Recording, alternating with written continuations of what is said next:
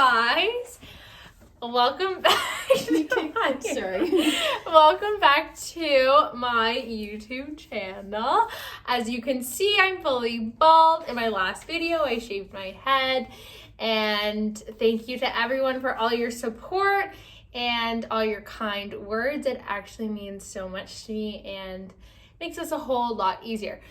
So today, on my Instagram, if you don't follow me, I put up a little question Q&A thingy about that you could write in assumptions or questions that you have for somebody that is bald or going through alopecia, and I'm going to answer those for you guys today. I have a little co-host, Victoria, over here. You can't see her. You can see me in the mirror. You can see her in the mirror over there, and you can just look at the back of my head if you want to.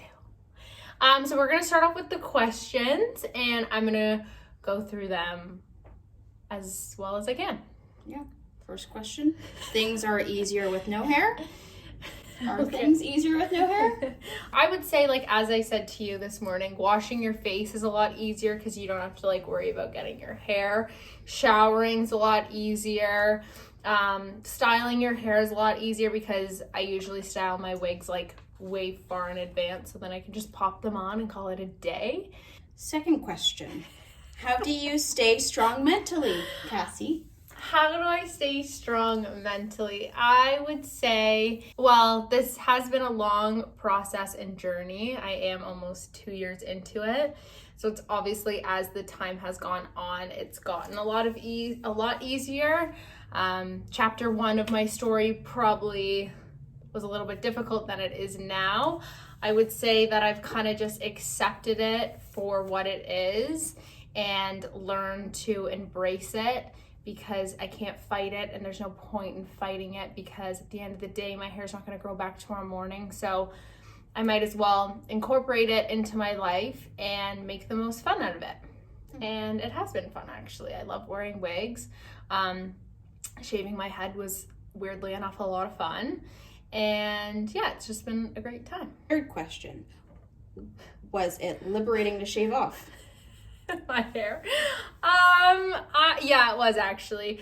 You know, I only really had like a patch left. So when I finally shaved that off, it just felt a lot better, and it was long overdue. And it was just such a like empowering moment that I've finally taken this hair loss journey and taken it into my hands, if that makes any sense, because before I was kind of waiting on when my hair was going to fall out, what part was next, and yeah. What were you feeling when you first got diagnosed with alopecia?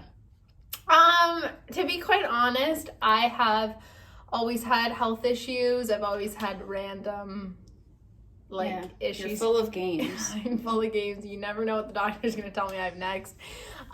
So when the doctor did tell me that I had alopecia and that I'd probably just have patches all over my head, I was like, okay, whatever. Like, it didn't really process. I think it more so started to process when, like, more of my hair started to fall out. It really hit me when half my head was gone. But for the most part, like, I would say that it didn't really hit me at first, because also it was such a new concept to me. I didn't even know what alopecia was when I was first diagnosed. And yeah, so no, it wasn't really a shock. It was just something that I was like, okay, that's usually how I deal with issues anyways. Like, something happens and I'm like, okay, what do you have next for me? Interesting. Advice for someone that is losing their hair. When I started losing my hair, I confided in someone who had already lost their hair. Her name's Candace, and she was fully bald. And I reached out to her and we chatted a lot about it, and I'm happy that I did that, because my advice to somebody who's losing hair would be to, one, reach out to somebody that's already lost hair, including myself. You can always reach out to me, and kind of talk it through with them, because they give you like a whole different perspective on it. Like, Candace was very like positive and just very like, it is what it is, like, just embrace it. And like, hearing somebody else say that to you that's going through or went through it makes it easier, I would say, because you realize that you're not alone and there's so many people that are losing their hair. and it's not some like foreign concept that's so bizarre. Like there's so many Facebook groups and community groups that you can join and talk to them about it. My main advice would be to embrace it as much as you can, because as I said, you can't change it and there's literally nothing you can do about it. So stop stressing over like the what ifs, or what if I didn't do this, or what if I didn't do that, and kind of just accept it for what it is and have fun with it. Like, and also too, like when I say have fun with it, like I had fun with it in the sense like I got extensions at first. Remember, like I had tape and extensions. Oh, yeah. Loved that. That was so fun. And then when my hair started falling out, I was like, okay, now I'm gonna have fun with wigs. And wigs have been so much fun. I love wearing my wigs. Okay, what's your question, Victoria? What would you say to someone who doesn't have like the financial means to like get wigs and to like spend that money on different styles? Like, I would say there are cheaper alternative wigs. I know, like I'm not going to say to somebody who financially can't afford it to not go with having a wig, because I know how hard it is to begin with, like to just walk around bald.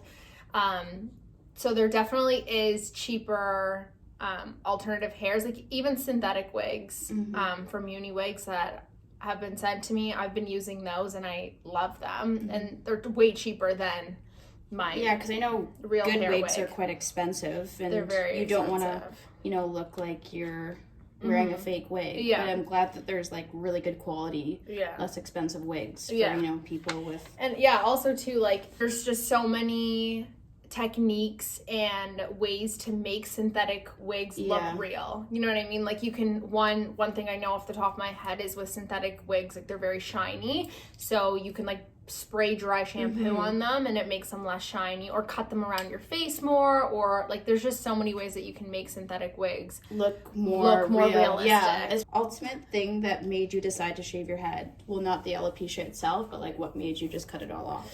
Well, it definitely got to the point where I just had half my head. It was like this random patch of, it's on this side actually. You can see, which is so interesting, like where my hair would still be. But what ultimately made me shave my head was that it was always a thought in my head that I should do it. I was like, why aren't I doing it? Why aren't I doing it? Why aren't I doing it? And then I kind of flipped my mindset, and I was like, no, I need to do it. And then I just was like, it has to happen. I have to do it. I have to do it. I have to do it. And then I just got really like anxious one day, and I was like, I have to shave it off. And so then I shaved it off, and Candace, who I was just talking about, actually said to me that she wished she had done it sooner when she shaved her head, and I can honestly say the same. I wish I did it sooner on. Like, I wish I did it when I had, like, this big one on the side of my head, like, because at that point, you should shave it when you can't hide it anymore, and you either wear a wig every single day, because wearing a wig is so much more comfortable now that I don't have hair, and yeah, I think I look better now than I did with my random piece of hair. Well, you still want to hold on to the hair that you have, but you also want to cut the head off the snake, right? And just really go for it. Yeah.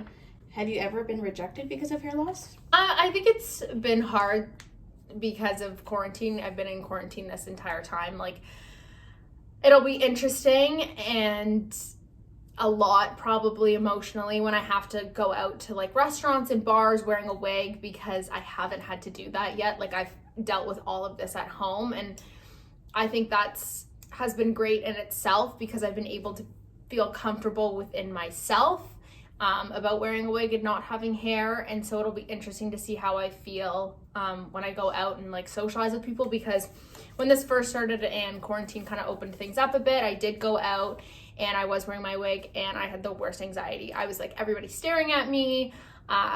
This is so difficult. Went home, bawled my eyes out. But I think as time goes on and I'm more comfortable in it and more people around me know what's going on, then I'm not going to be as insecure when things kind of open up. But back to the question, I haven't been rejected for my hair, no. And if somebody does reject you because of your hair, then one, that just shows how shallow they are and how insecure they are in their own issues. And another thing too is, if you see it as an insecurity, you're going to project that onto other people, and they're going to take it as an insecurity. So if you're very confident about it, and if you're dating someone, you're like, hey, I have hair loss, or hey, I'm bald, I actually wear a wig every day, and you kind of act like it's nothing, they're going to treat it as if it's nothing. But if you project that you're insecure about it and it's something that like really upsets you, then I don't know, maybe they would get scared. I don't know. But that's just how I would personally deal with it. And that's how I have been dealing with it. Like if I go on dates and stuff, I just tell them right away, or they already know. And yeah, I would say that makes it easier. Is it cold? Yes, it's freezing. Like my head, actually, it's so cold all the time. All my girlfriends laugh at me because I'll walk around the midday with a hat on because it's so cold. And even too, now when I wear my wigs, like I can feel a breeze on my head, which I didn't before when I had hair. But yes, it's very cold. Did your doctor diagnose you with alopecia right away? At first, no. She was kind of just like, we don't know what this is. It could be alopecia, alopecia areata, where you just have spots around your head, and they usually grow back through injections. And so I did do the injection process. They shot me up with some steroids. That didn't work. No, yeah, they didn't at first. But then she was like, you have alopecia areata. And then as it goes on, she was like, now you're just bald. So. Woo! We're on to assumptions. First one, you know why it's happening. I don't know why it's happening. I think a lot of people think like either something's wrong with me, or I don't know, I'm going through some hardships in life, or I don't know. But no, I don't know why it's happening. Nobody knows why it's happening. My doctors don't know why it's happening. Every specialist I've seen doesn't know why it's happening. We've done all the internal testing and everything's fine, and that's kind of what alopecia is just your autoimmune attacks itself. So that's what's happening. But yeah, no. Filing your hair speed up the loss of it? I don't know if it does. I don't think it did with myself. I'm sure the more you put it up in a bun, it breaks more and stuff like that. But no, I didn't really notice that if I put it up more, it would fall out more. If I kept it down, it would fall out less. But no. Another assumption is it will never grow back. That's something I have no idea. They say that one day it could grow back tomorrow. I think the percentage of people with alopecia universalis is like 2%. So I don't know if it'll grow back. I'm not holding on to that anymore. I've kind of accepted it. I've been asked multiple times to go into trials to see if it will grow back, because there are a lot of trials going on in Canada about alopecia to help your hair grow back. But I've kind of just accepted it for what it is and to love this whole experience. And I honestly wouldn't even go into any of the trials, because why would I put my body through all that damage? And you're on a shit ton of steroids. I don't want to do that. I'm happy with how I am. And you're Cassie, and Cassie is now bald. Yeah. And we love bald Cassie. Yes. And we love bald Cassie, and that's who I am. So that's what it is. Another assumption is you're sick. No, I'm not sick. Everything's fine. I'm pretty buzzing all the time, but I can see how I guess somebody who doesn't have hair looks sick, maybe. But no, not sick. Everything's fine. Well, oh, get her a hard hat. She keeps bumping into things. Oh yeah, actually that's really funny, because I absolutely, the day I shaved my head, I was going to get a glass, or no, I was emptying the dishwasher. That's what I was doing. And as I was emptying it, I opened one of the cupboards and I lifted my head and absolutely clocked it, and it was bleeding. So if anybody has any recommendations for a hard hat, let your girl Cassie know. Yeah, if your husbands have any good recommendations for a hard hat, let me know. Well, thank you for watching. If you have any more questions, I'll do another video. This has been so fun. And yeah, thanks guys. Adios.